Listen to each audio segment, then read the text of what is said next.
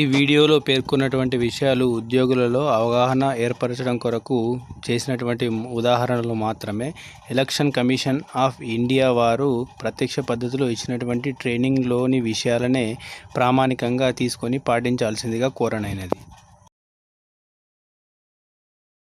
Declaration by presiding officer ఏంటో చూద్దాము. So declaration by the presiding officer before the commencement of the elections from, so ఇది లోక్సభకు జరుగుతుంది కాబట్టి ఇక్కడ లోక్సభ పార్లమెంట్ కాన్స్టిట్యున్సీ పేరు రాసి అసెంబ్లీ అని స్ట్రైక్ చేసేసి పార్లమెంట్ని టిక్ చేస్తే సరిపోతుందండి. అండ్ దీనికి సంబంధించినటువంటి serial name of the polling station మనకు మన డిస్టింగ్విష్ మార్క్ పైన ఉంటుంది. ఆ సీరియల్ నేమ్ మెన్షన్ చేసి అదేవిధంగా name of the polling station, మన పోలింగ్ స్టేషన్ ఏంటో దాని పేరు ఇక్కడ రాస్తే సరిపోతుందండి. అదేవిధంగా date of the poll, Telangana అంతటా ఒకే రకమైన డేట్లో జరుగుతుంది కాబట్టి ఆ డేట్ కనుక వేస్తే సరిపోతుంది. అండ్ ఇక్కడ కొన్ని డిక్లరేషన్స్ కూడా ఇవ్వడం జరిగిందండి. సో అవి ఏంటంటే మాక్ పోల్ చేశాము, దాని తర్వాత దానిలో క్లియర్ చేయడం జరిగింది, అందులో ఏమి కూడా లేవు అని. అదేవిధంగా మార్కుడ్ కాపీ కూడా క్లియర్గా ఉందని, ఎటువంటి మార్క్స్ లేవు అని చెప్పేసి, అదేవిధంగా అందులో only postal ballots and EDC తప్ప ఎటువంటి మార్కుడ్ చేయబడి లేదని చెప్పేసి ఇవ్వడం జరిగింది. అదేవిధంగా రిజిస్టర్ ఆఫ్ ఓటర్స్ లో కూడా ఎటువంటి ఎంట్రీస్ లేవని చెప్పేసి ఇవ్వడం జరిగింది.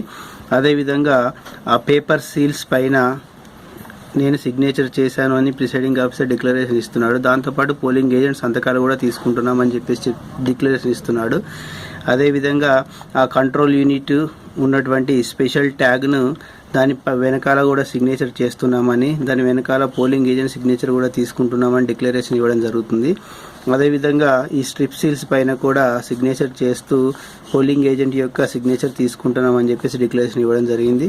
సో దాంతోపాటుగా that I have read out the pre printed serial number of the special tag, so special tag యొక్క సీరియల్ నెంబర్ను నేను చదివాను, అది ఆ క్యాండిడేట్స్ కావచ్చు పోలింగ్ ఏజెంట్స్ కావచ్చు రికార్డు చేసుకున్నారు అని చెప్పేసి పిఓ గారు డిక్లరేషన్ ఇస్తూ సైన్ చేస్తారు. సో ఇది డిక్లరేషన్ ఆఫ్ ది పిఓకి సంబంధించిన పార్ట్ 1 అండి. ఇందులో మనకు తెలిసిందే మొత్తంగా 4 పార్ట్స్ ఉంటాయి.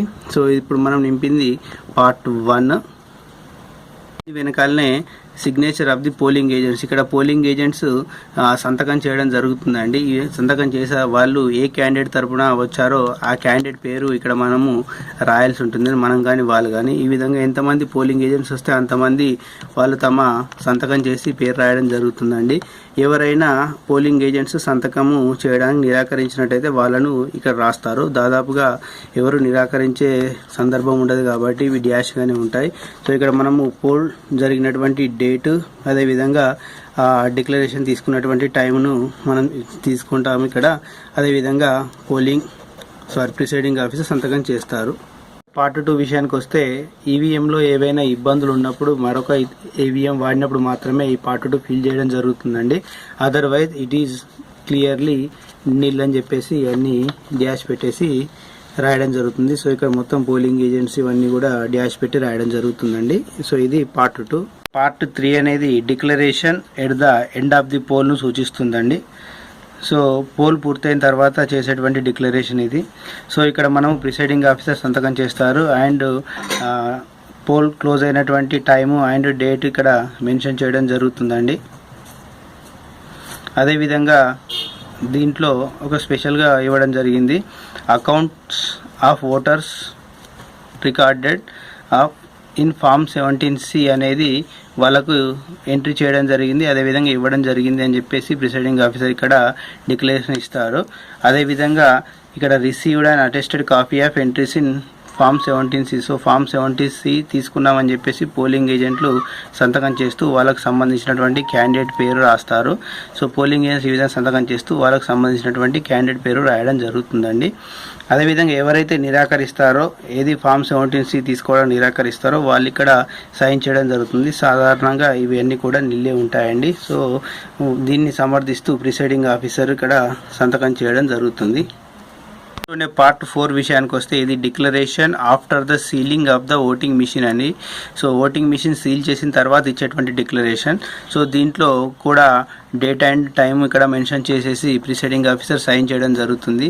సో ఇక్కడ క్లియర్గా ఇచ్చాడు, I have affixed my seals and I have allowed the polling agents who were present at the polling station at the close of the poll. So close of the పోల్లో ఉన్నటువంటి agents అందరినీ దీనిపైన సంతకం చేయడానికి అలో చేశాను. సో వాళ్ళ ముందటనేది seal చేయడం జరిగిందని చెప్పేసి క్లియర్ చేస్తూ ప్రిసైడింగ్ ఆఫీసర్ సైన్ చేస్తారు.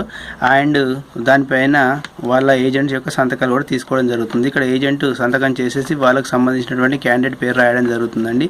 సో ఏజెంట్ సంతకము అండ్ క్యాండిడేట్ యొక్క పేర్లు రాయడం జరుగుతుంది. సో ఎవరైతే దీనికి నిరాకరించారో వాళ్ళ పేర్లు, వాళ్ళ సంతకము, వాళ్ళ క్యాండిడేట్ పేరు ఇక్కడ రాస్తాము. సో సాధారణంగా ఇవన్నీ కూడా డాష్గానే ఉంటాయి. సో దీన్ని సమర్థిస్తూ ప్రిసైడింగ్ ఆఫీసరు మళ్ళీ ఇక్కడ సైన్ చేయవలసి ఉంటుంది. సో ఇక్కడ డేట్ను మనం మెన్షన్ చేస్తే సరిపోతుంది.